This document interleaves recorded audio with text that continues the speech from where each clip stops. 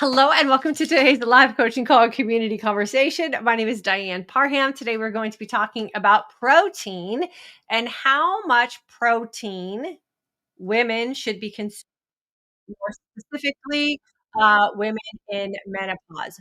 So, welcome if you're new here. My name is, like I said, Diane Parham. I am the creator of the online course, Intermittent Fasting for Today's Aging Woman, as well as our midlife mindset shift course. What I ask you to do here when we come to these live coaching calls, or maybe you're catching this on the rebroadcast, is learn how to think for yourself and how is the advice that you're getting on the internet working for you. And that is going to be how we have today's conversation. So I went on the internet and I Googled, just like everybody does when they're, trying to figure out these things. And I pulled up some information that I'm going to share with you. And then I would really like us to have a very common sense approach discussion today about how it is you can figure out for you if what you are doing is enough. Right. And that is really all we're seeking to achieve in this life. So, I'm going to reference some things that we use in our life as well, and some things that I have specifically done. One of the things that I want to make sure that we understand here is that I am not a registered dietitian. The only person that is really legally able to give anyone any kind of very personalized nutrition advice is a registered dietitian. So please know that when you're doing your research as well, all the decisions that you make about any kind of health changes or wellness changes that you're making in your life should be you, the individual woman, and a reputable source that you're getting your information from, and then always making sure that you're asking yourself, does this make sense for me? So I am one of those women that just so happens that none of the advice that is quote unquote textbook ever seems to really work for me. You have probably seen some of my videos about protein consumption or tracking macros. I even did one about the Lumen and their protein recommendations and what that did to me. I am just not a person or a woman who can consume a lot of protein. And by a lot of protein, that to me is what is generally recommended by fitness people or general health people on the internet.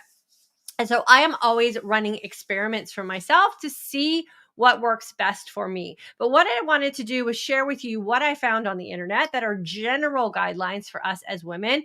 And then we want to break down some life scenarios to figure out what might work for us or what we need to experiment with, or also what we can give ourselves permission to just let go of and live our best life.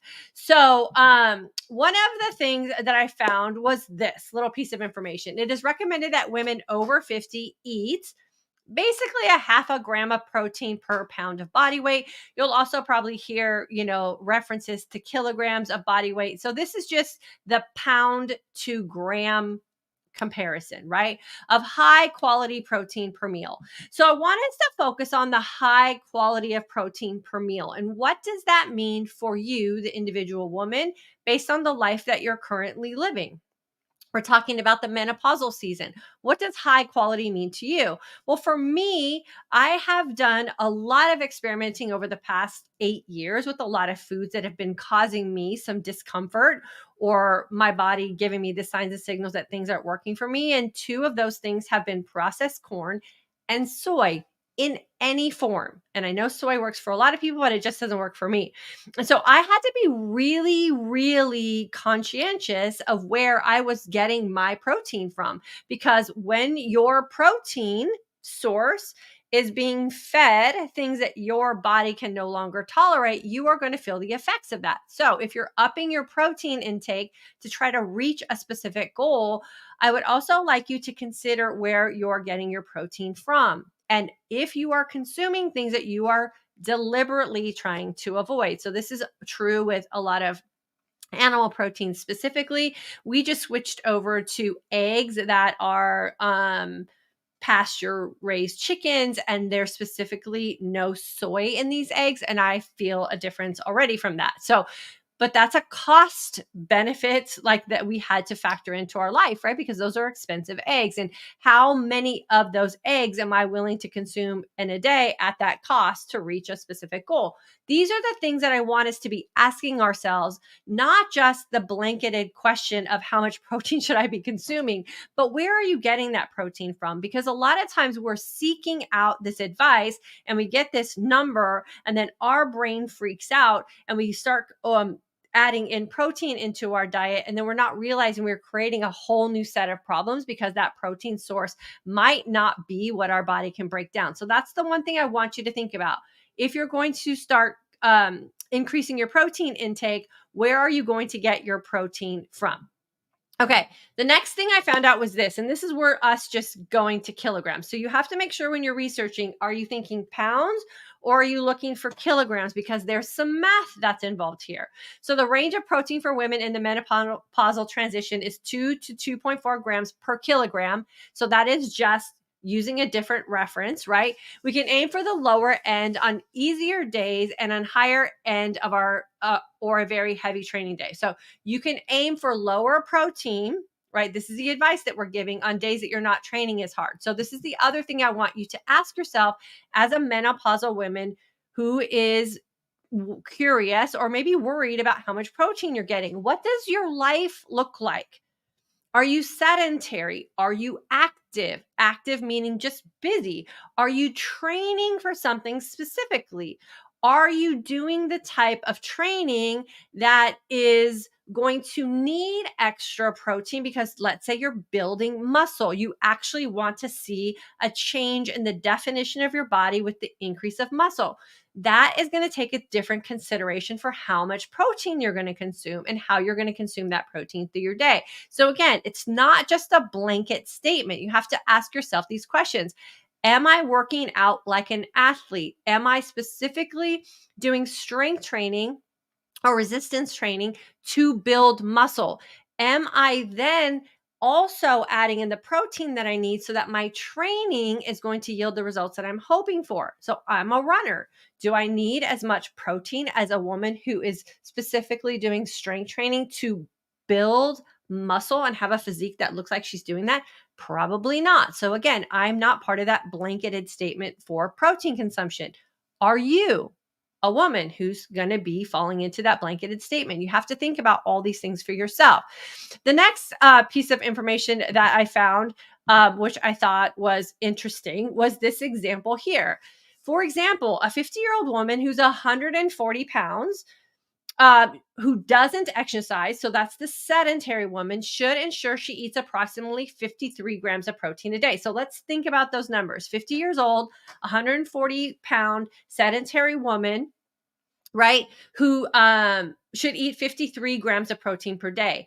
So now we have a different scenario, an active woman, 55 years old, so 5 years older, 5'5". The first woman, we didn't have her height reference. She weighs 150 pounds, so 10 pounds more than the other woman. And the recommendation I found on the internet was only 1 gram more per protein. No wonder we're all confused about how much protein we need to consume, because the information is just kind of sketchy. Again, this is where we have to go back and think for ourselves. I'm a 58-year-old woman. I weigh about 165 pounds. I love to run. I have a very muscular frame. I don't do well when I consume more protein than my body can handle. I figure that out for myself. I like to aim for a range of protein. I don't necessarily like to have protein post-workout. I'm doing fine in my life because I figured all those things out. So this is where I am going to always encourage you as your coach, is take in information and always pause to ask yourself a series of questions and then consider whether that makes sense for you and the life that you want to live. Because consuming protein at 1 gram per pound of body weight, which is also a lot of the information that menopausal women are getting today, If I weigh 160 pounds, that's 160 grams of protein. That's expensive, especially if the protein that I want to consume is going to be the best quality protein out there. Do I need that much? And am I willing to make that type of investment? And for me, that's a hard no. I know I don't need that much protein. I can get by with about 80 to 100 grams of protein, and I am doing fine. My body is strong. My body is muscular. I just reversed an osteoporosis almost, right? Diagnosis. I was on the verge of osteoporosis and I was able to reverse my osteopenia, and I didn't consume any more protein to make that happen. I changed the way I exercise and I upped my supplementation, and I eat a very well-rounded, healthy nutritional plan, and I intermittent fast. What are you willing to do, right? And that's where we have to go to those questions of what am I willing to do to get what it is that I say that I really want for myself. Okay. And then the other piece of advice that I found is your healthcare provider may recommend increasing the amount of protein you consume if you're regularly engaging in resistance exercise or recovering from certain types of illnesses and injury. Okay. Or surgery. So we know that the last part is probably advice you want to get from your healthcare provider, but I can guarantee you if you're going to your healthcare provider for nutritional advice because you're changing your exercise regime or you want to change your physique through exercise, you're not going to get probably the best nutritional advice. And this is where, again, we have to become our own advocates. I will share with you what I'm doing, and I'm going to share with you how I came about what I like to do for myself and what I would do with you as your coach if you came to me for advice. And I get a lot of you coming to me advice all the time. So just this weekend, I had actually 2 women reach out to me who are runners because I'm a runner. So I know a lot of runners reach out to me, and they were concerned about how much protein they should be consuming with the scenario of runs that they want to do. So one of them is actually training for a half marathon. The other one is training for a marathon. And one is one is eating, practicing a 1 meal a day type of lifestyle. And the other one's just intermittent fasting, fluidly throughout her life. So again, let me ask you guys this. What are your priorities in your life right now, right? Are you fasting long because you're trying to reverse maybe something that's going on with your body that is due to this aging cycle or season that we're in? Are you trying to reduce some sugar-related issues? Are you trying to metabolically balance out your body and drain the tanks?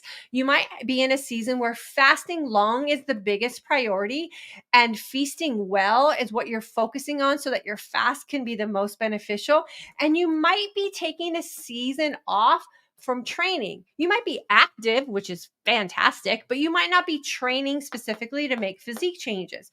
So in this situation, it might be more difficult for you to reach a specific, right, protein goal that you think you should be doing because this is your focus here.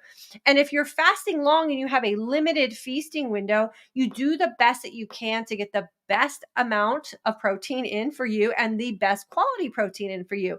No harm, no foul. This is the season. Let's say you're in a season of life where you're training smart. Maybe you're my half marathoner or my marathoner, or maybe you're just like me and you're running 6 to 7 days a week. What do you need to do with your feasting to support what it is you say you want from your training regimen? Maybe you are entering a season of strength training and you are looking to make some physique changes that include building muscle. Are you training in a way that is specifically designed to help you build muscle on your body? And would adding some more protein into your feasting window help you achieve those training goals? I don't know. You got to test it out, right? You got to do some math on this. How much protein should you be consuming based on your body weight, whether that be kilograms or pounds that you're calculating it out? And do you need 1 gram of protein for that? Or do you need the 2 per kilogram of body weight? Like, you have to do the math on this. But if we are not going back to thinking, if we're not going back to the drawing board and going, how does this make sense for me? Then we usually walk around with our hands thrown up in the air because we're so confused and we're so discouraged. We don't know what to do. We have to advocate for ourselves based on the season of life that we are in. This is the one area that really needs the most manipulating based on whether you're in a training season or you're in a fasting season. And both of these seasons are very legit based on what it is you say that you really want for yourself. And then you adjust your feasting to accommodate what it is that you say that you want. We do know that a larger amount of protein in a day does have some negative effects to what it is we're trying to do when we're focusing on fasting for reversing a lot of the signs of aging. We know that it's okay. It's a temporary season. You are not going to whittle away and fall apart because you're not upping your protein. You're going to be fine. If you're in that training season and you do up your protein and you find an amount that works for you, then that's all that matters. That's all that matters. And you just want to make sure that the protein that you are deciding to consume is going to enhance your body and enhance your health and not create new problems. So good quality protein. If you're interested in where we get our protein, there's a link in my description box on Facebook and YouTube. We get all of ours from ButcherBox because we know how that animal protein is sourced. I know that if I'm going to eat some red meat from ButcherBox, I'm not going to be putting a bunch of extra hormones and corn and soy in my body. So that works for us. There's a link in there where you can get a discount too. So go check that out if you're interested in getting some good source protein. Again, your eggs, where are you getting your eggs from? A lot of women are afraid to supplement with protein. Why are we afraid to supplement? Supplementing with protein is one of the easiest things that you can do, right? You just want to make sure that you're getting a nice, healthy balance of protein. So when I have my shake, when I break my fast, I make sure I put some collagen protein in there. Collagen protein is different than other sources of protein, but it is protein. So you can bump up your protein there, or maybe you're going to have your coffee later in the day when you break your fast and you're going to have a little collagen in there, or maybe you're consuming some bone broth. There's lots of ways that you can sneak in little extra bits of protein everywhere to make sure that you're getting an adequate amount to start with. The other thing I want to say here to all of our women who are watching today is just like consuming water, right? You can't go from consuming, maybe a liter of water a day, or maybe you're consuming like 50 ounces of water a day and jump up to 150 ounces and think that that's going to feel comfortable for you. The same thing holds true with protein. What I recommend doing is tracking 1 to 2 days a week where you're naturally consuming protein throughout your daily routine, meaning you're not trying to hit a certain goal or you're not trying to facilitate a certain number. Hey, gee whiz, this is what naturally fell in my day today. How much does that add up to at the end of the day? Get a benchmark to start with. You might be surprised about where your numbers fall, and you might be doing great, right? Like for me, if I'm anywhere between like 60 to 80 and 100 to 120, whatever given day that happens to be, I'm doing pretty good. I'm feeling pretty good about my protein consumption, and it does ebb and flow depending on what my day is like.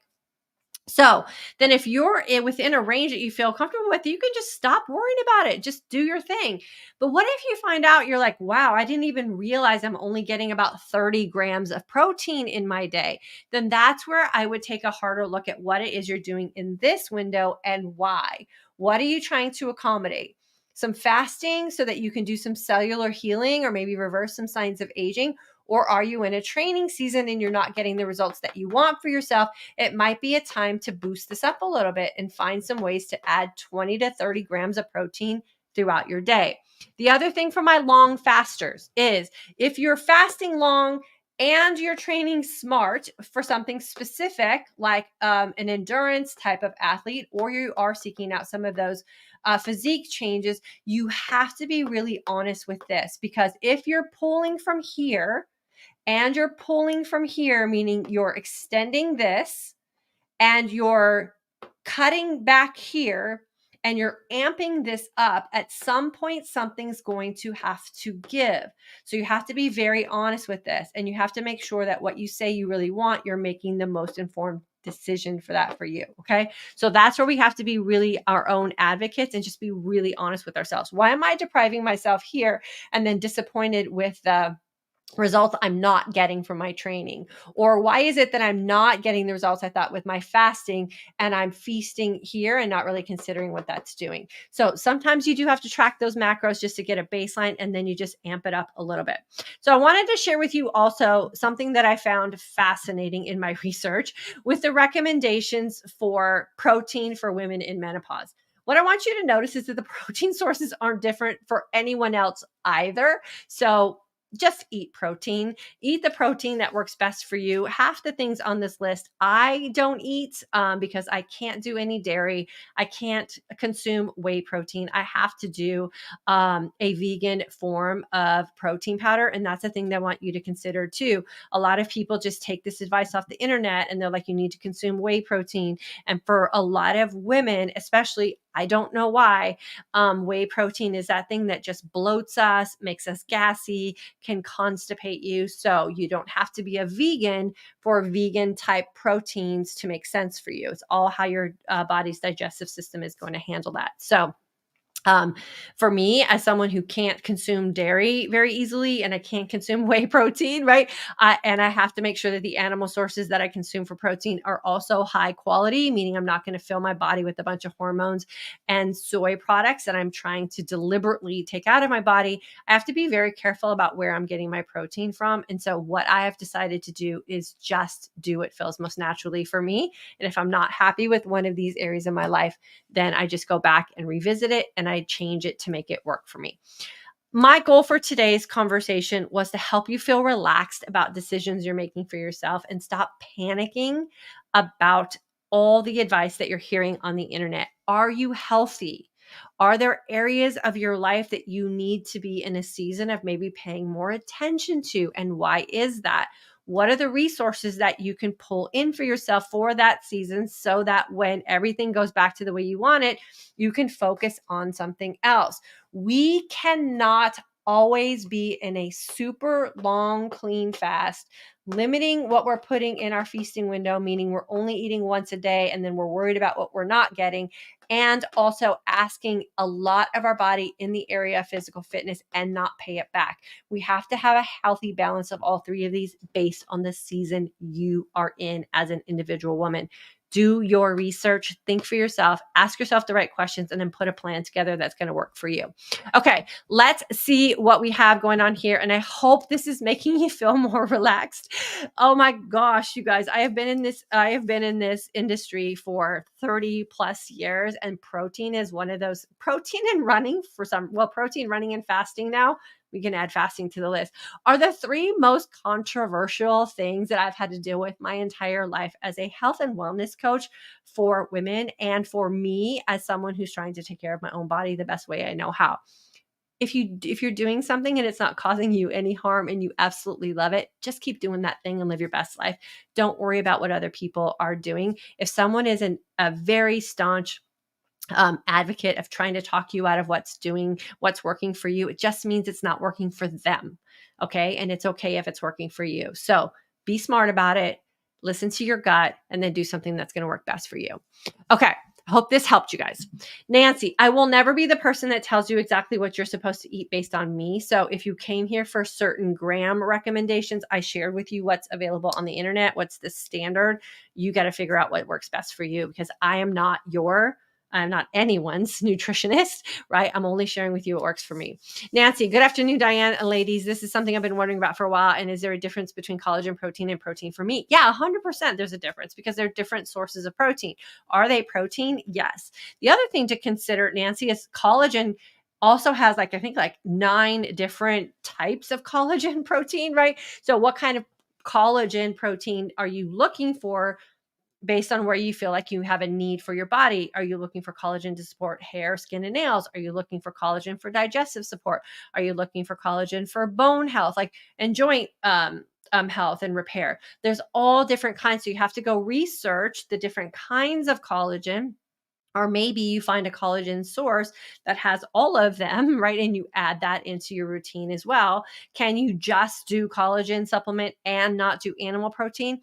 I don't know, Nancy, you got to figure that out for you. There's a lot of vegans I know who are very lean and very muscular and very fit and very happy and don't consume any animal protein. They found their way of making plant protein and other protein sources work for them. So again, you got to figure that out for you. But go do some research on the collagen types and then what specifically you're looking for in collagen, and then you can find the best one that works for you. I'm currently using the Organifi version of collagen specifically because of the way Organifi tests their product. They have third-party testing, and their collagen is tested glyphosate residue free, which is super important to me and some of the things I want for my family. So if you're interested in that, you can always look in the links in my description box also, and I always have a code DYANN for that. So again, you have to make sure that you're sourcing from the right places also. Tiffany, I'm excited for this topic as well. I hope you got something from today that's going to make you walk away feeling empowered and less confused. Empowered and less confused is always what we're looking for here. Kina, hello. Good to see you here. Glad you're covering this topic. April, good. Hopefully you got something from it as well. Nan, certain number of grams of protein per pound of weight. What if you're really overweight? Do you really need more protein for the extra fat? I mean, really shouldn't it be your normal weight? Yeah, I think that the most appropriate way to say that is your desired weight. The thing about desired weight that is always like a little bit like unnerving for like people in my position to say is your desired weight a healthy weight, right? So many women don't have a healthy fix on what their desired weight is. So again, I know even for me at 160 pounds, right? And I'm a very healthy woman. 160 pounds is a pretty heavy woman by most women's standards. Like I'm 5'10", I'm very muscular. But I'm not eating 160 grams of protein today. It just doesn't make sense for me. So again, those guidelines are that thing you have to ask yourself, does it make sense for me? And the ideal weight you want to weigh is really where we should be shooting for that. But you have to make sure that that's healthy also, right?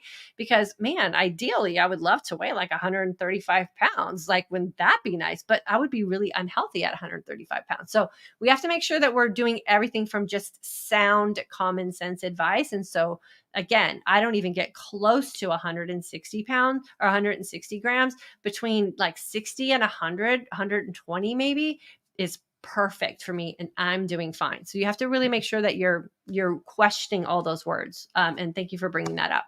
I do burn boot camp, and so there are heavy strength days as well as cardio. I do 4 to 6 days a week looking for more plant-based sources of protein. Yeah, quinoa is one of those great sources of a protein type of grain. I don't even think it's called a grain, where it has all the amino acids in it that we need.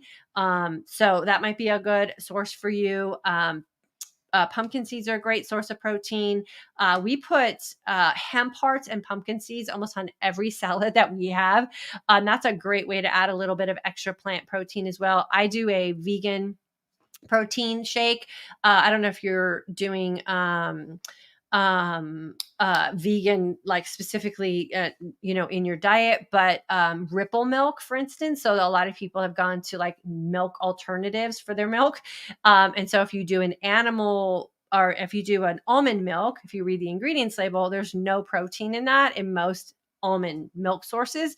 But if you do something that's like a Ripple milk, which is what I prefer, it actually has fat, and I think it has 9 grams of protein per cup. So there you go. You can slide 9 extra grams of protein in, something that you're making where you need a milk alternative to it. So those are those things that you can once you start researching it and you're like, oh, that's easy. I can throw a tablespoon of this on or 2 tablespoons of this on, right? And then before you know it, it all adds up at the end of the day to a window that's good for you. Karen, in class now, keeping it simple. I'm in that season focused on fasting long and doing best I can in feasting window, listening to how my body feels. Anything else too much right now? Thanks. Yeah, right. I was in this season for a really long time, like an entire year, where my focus was fasting long. So I was fasting anywhere from 20 to 22, 23 hours of day. There was no way I was going to get 100 grams of protein in one meal. I was okay with that because this was also not my priority. I was really focusing on getting this down and reversing a lot of the signs of aging. You would have never known by my physique at that time that protein was not my priority because I was lean and muscular because my body knew what to do in this state. And I was making sure that all the feasting choices that I was making were the best ones for me at that time when I had my one meal a day. So don't be afraid to try new things. You might just be surprised at how your particular body, your metabolic makeup, your hormonal makeup might respond to you being the one making the informed choices for you. It's fascinating. Treat yourself like a hobby, treat yourself like a research project. November 22 grad, did a 5-day road trip. Hubby fasted all day while driving too. Brought my carb water for AM, healthy home meals, my tea kettle. Awesome. Okay, so yeah, isn't that fun when you're like on a road trip? So another one of those things that if we just change our mindset, right? So if you go on a long road trip and you pack a bunch of mindless snacking things with you, the chances of you eating those mindless snacking things just because you're sitting in a car bored, pretty high. If you go on a road trip and you don't pack any of those things, and maybe you stop to get yourself a black coffee, or you pack a lot of water with some electrolytes in it for you for the ride, and you agree to not buy anything at Buc-ee's right on your way if you're anywhere around Texas area, then man, what a great opportunity to fast long and really feel energized. And then you're also not utilizing a bunch of calories. So the effort you're putting out on a road trip is pretty low, right? Your body doesn't have any big demands. Great opportunity for fasting. So proud of you guys. Angela, January 23 grad, 80 plus tap. Every time you come on here, that number gets bigger. And man, I'm so excited for you. I think last time you were like 70 or 75 pounds. Clean, fast, 24, one meal a day, weekly, pain down, no more thyroid meds needed. Girlfriend, you are crushing it. Hit that like button and jump into class. Reclaim your life and your health. You can do it too. Yes, my friend. So Angela has done great things, and her son has lost an incredible amount of weight also. You guys, we can't like spend our entire lives trying to just get everything so perfect when it comes to our nutrition. Sometimes good enough is enough, right? How long do you fast? Is it enough to get what you want? How well are you feasting? Is it enough to get you what you want? What are you doing in your training or your movement or whatever it is you want to call getting your body to be able to show up for your life physically? Is it enough? Girlfriend, good for you. Like, we don't have to be so obsessed about it. Diana, it went well and didn't gain any weight. Awesome. Love it, love it, love it, love it, love it. Yep. When you do those road trips and you kind of make sure that you're setting yourself up for the best environment, that's how it works out. Vital protein, collagen, and MCT oil added in my evening window to pump up my weight loss. There you go. The thing about protein too is it's very satiating. So we have to keep that in mind. Like, you're not going to feel as hungry when you're eating more protein and you're eating more fats. That's just what their job is. They help us balance out those hunger hormones in that way too. So that's one of those things that we can look at. Yeah, and Vital Proteins is another great source also. So Fonda, November 22 grad, in class again for refresher and to get my mindset in check again. Girlfriend, you have a great mindset, but I'm so glad you're back in class. Thank you, Diane, for teaching and reminding us what to do. Yeah, you're welcome, my friend. We love having you here. Flex, aka Jay, January 23 grad, back in class with you now as I reboot. I'm really trying to work on my mindset this time around. So far, so good. Took notes today for future use. Love your sweater. Thank you so much. It is actually going to be freezing here this week in the lovely state of Texas. So it's sweater weather for sure. I think we were just sweating 2 weeks ago and now we're freezing. So welcome to Texas. You'll see lots of sweaters for me probably in the next coming months. Nell, this was great. I'm always learning from you, Diane. Thanks for all you do. You're welcome, my friend. Let's see. Tanya, when you do one meal a day, should you make sure you eat meat and veggies and no carbs? I don't know. So that's that thing where you're like, you have to kind of consider what it is you want and why are you doing one meal a day? So sometimes I do one meal a day just because it's very advantageous for my life, right? So let's say I have a really sedentary day. Today's kind of sedentary for me. I mean, I got my run in this morning, but now I'm just sitting for the whole rest of the day doing calls and YouTube videos. And so I'm not going to be asking a whole lot from my body for the rest of the day. And if I just stay busy and I'm feeling great, like there's no need for me to eat. So I might just have one meal a day tonight. So then I would just have dinner with my family, whatever my family's eating, because we also want to participate in our life. And so that's another one of these things with this kind of lifestyle, and always checking in with yourself. Is enough enough? Am I doing enough? Is enough going to just be okay for right now? Like, and you just go with the flow of life. I don't know what we're going to have for dinner tonight. We haven't really thought it out. Like I think we might have like a little breakfast kind of thing for dinner tonight. I don't know, but I don't get that restrictive on things to say no carbs. Like meaning like no rice or no potatoes. Like, what do you mean by carbs? Veggies are kind of in the carb category, depending on what kind of vegetables, how you cook them, all those kind of things. So I would say, Tanya, just go with the flow of your life. If you build a lifestyle that includes fasting long enough, feasting well enough, and training smart enough for the life you want to live, then you can just let life happen. You don't have to be so worried about getting it perfect, because you're going to make the right decisions for you. If you're constantly leaving your life to try to get this perfect, then you might be happy or you might be healthy. Maybe it depends on the choices you're making, but will you be happy? Right. And we want both. So if I were doing one meal a day, I would eat whatever it is my family's eating and make sure that makes sense for me. That's the best way I can answer that one. Nan, thank you for encouraging everyone to think for themselves. One of the main reasons I'm following you. So tired of those experts telling everyone to do the same thing and buy their products. Yeah. You have to do what works for you. I learned this when I was suffering from two big like medical things in my life where I really learned to advocate for myself. When I was suffering from stress incontinence as a runner, that was horrible for me. And I was going through some infertility issues, and the advice that I got from my doctor, who was a very highly respected doctor, very well-known, in the industry. All my girlfriends used him, all the things. There was like nothing about him that was negative whatsoever, except he didn't know me the way I knew me. Right.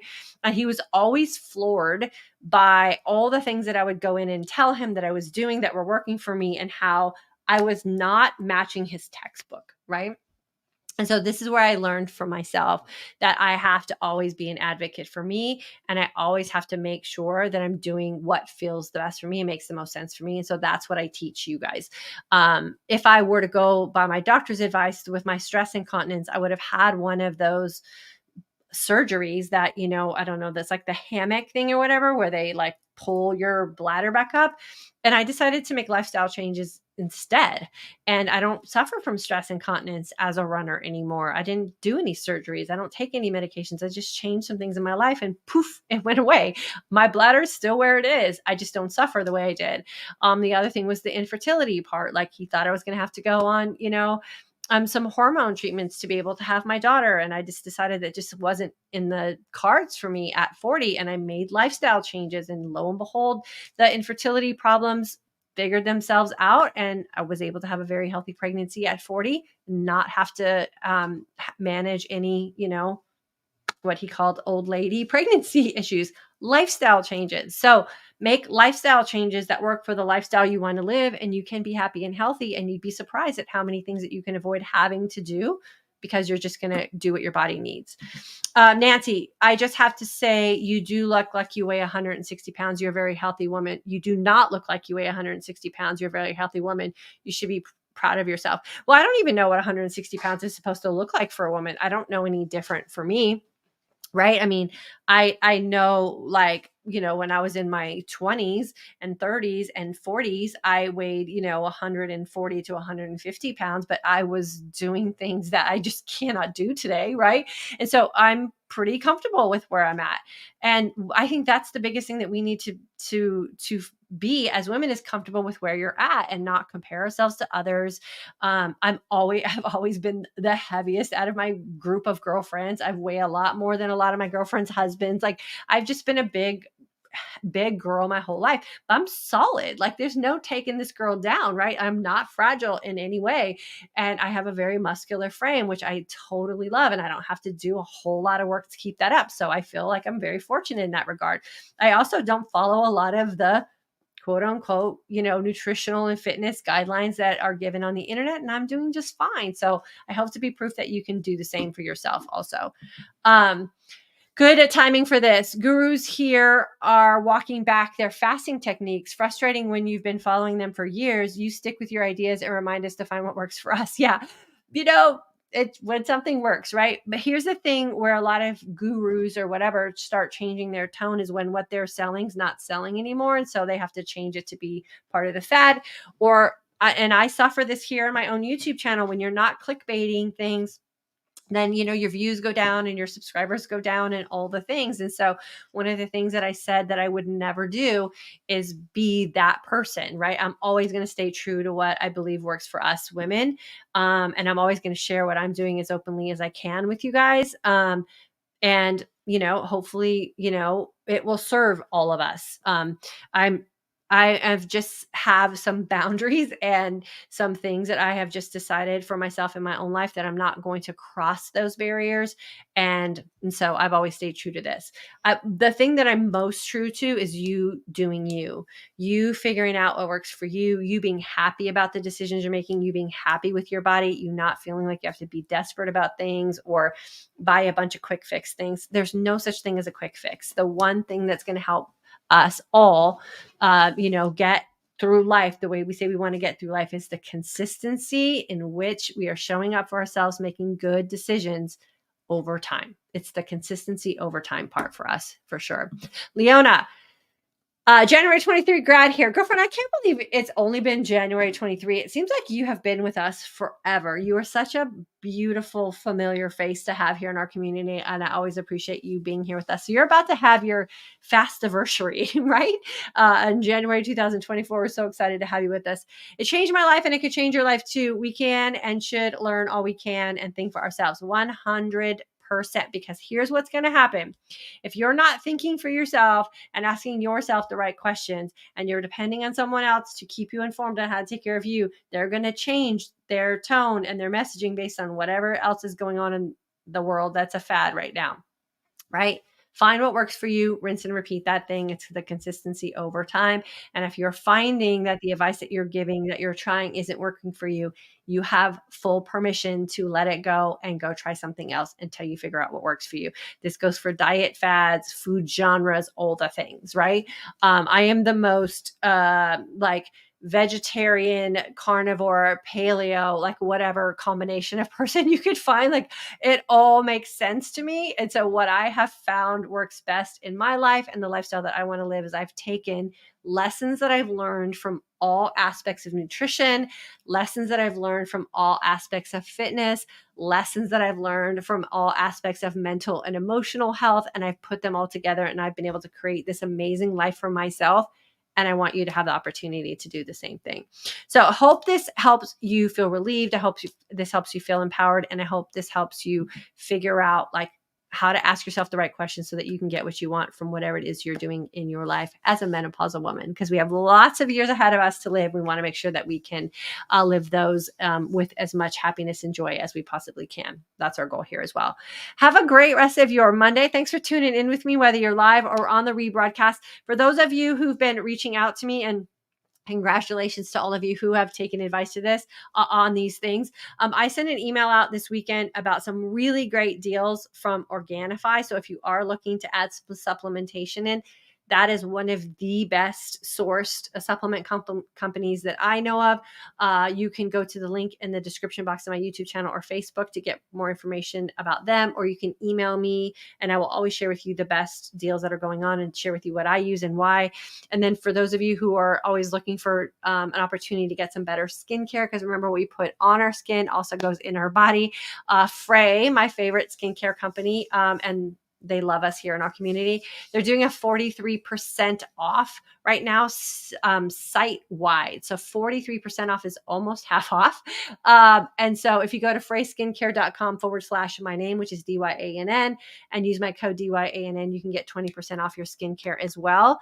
Could I link them again? Yeah. What do you want me to link? The Organifi, or do you want me to link the FRÉ stuff? I can link both of those if you guys want. So let me go get it here. Okay, so let me do this one first. I'll do Organifi. Organifi right now is doing something where if you spend $75, you get pumpkin spice, which is my favorite. I just did a video about this. 20% off. You get a free box of a Pure, which is my favorite brain supplement. And you get free shipping. So you have to spend $75. So I would get pumpkin spice or gold pumpkin spice. I would get their collagen protein, maybe their magnesium supplement. You get the Pure for free and free shipping. So that's going on, I think, until the 31st. Also, I linked that in both Facebook and YouTube comments. And then let me get the, so Organifi, there's that one. Okay, let me do the FRÉ one. So FRÉ's easy because it's just, we have an actual page that's just for our community. So I'm going to link that one for you guys. A great way to get some stocking stuffers for the women in your life that you love also, because who doesn't like good skincare? So that is the skincare one. So FRÉSkincare.com. And then I'm going to also link for you guys, just in case you are looking to up what it is you're doing with your animal protein as well. I'm going to link for you the code I have for ButcherBox, which is, if you're new to ButcherBox, you can get $50 off your first shipment.